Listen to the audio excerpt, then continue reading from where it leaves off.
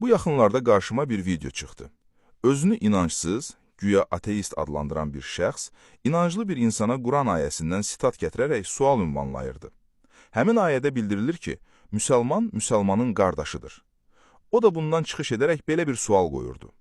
Əgər bir erməni İslamı qəbul etsə, onu özünüzə qardaş sayacaqsınızmı?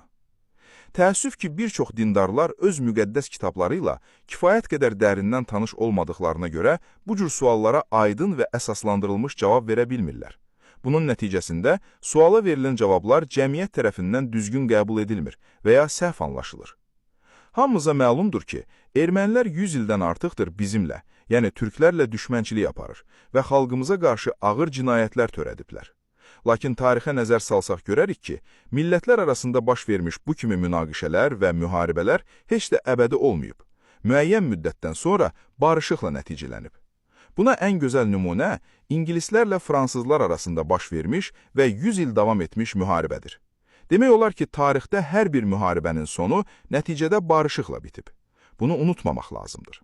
Bu baxımdan bu cür sualın verilməsi, mənim fikrimcə, ya İslamı və Quranı yetərincə bilməməkdən, ya da İslamı nüfuzdan salmaq məqsədi ilə qərəzli şəkildə səsləndirilir.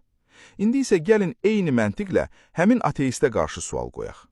Əgər bir insan, istər erməni, istərsə də sizə qarşı düşmənçilik aparmış başqa bir millətin nümayəndəsi olsun, Quranda buyurulan bu qaydalara riayət edərsə, yəni ədalətli olarsa, Maidə 8, heç kəsi öz yurdundan qovmazsa, Bəqərə 191, günahsız insanı qətlə yetirməzsə, Maidə 32, doğru şahidlik edərsə, Nisa 135, yalan danışmaqdan çəkinərsə, Zümər 3 və hər hansı bir topluma bəslədiyi nifrət onu ədalətsizliyə sövq etməzsə, Maidə 8, onu yenə də düşmən sayacaqsınız.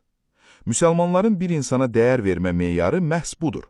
Onun davranışı, ədaləti və əməlləridir, milləti deyil. Bəs sizin özünüzü ateist adlandıranların insanlara qiymət vermə meyarınız nədir? Bəlkə sizin meyarınız ədalət deyil,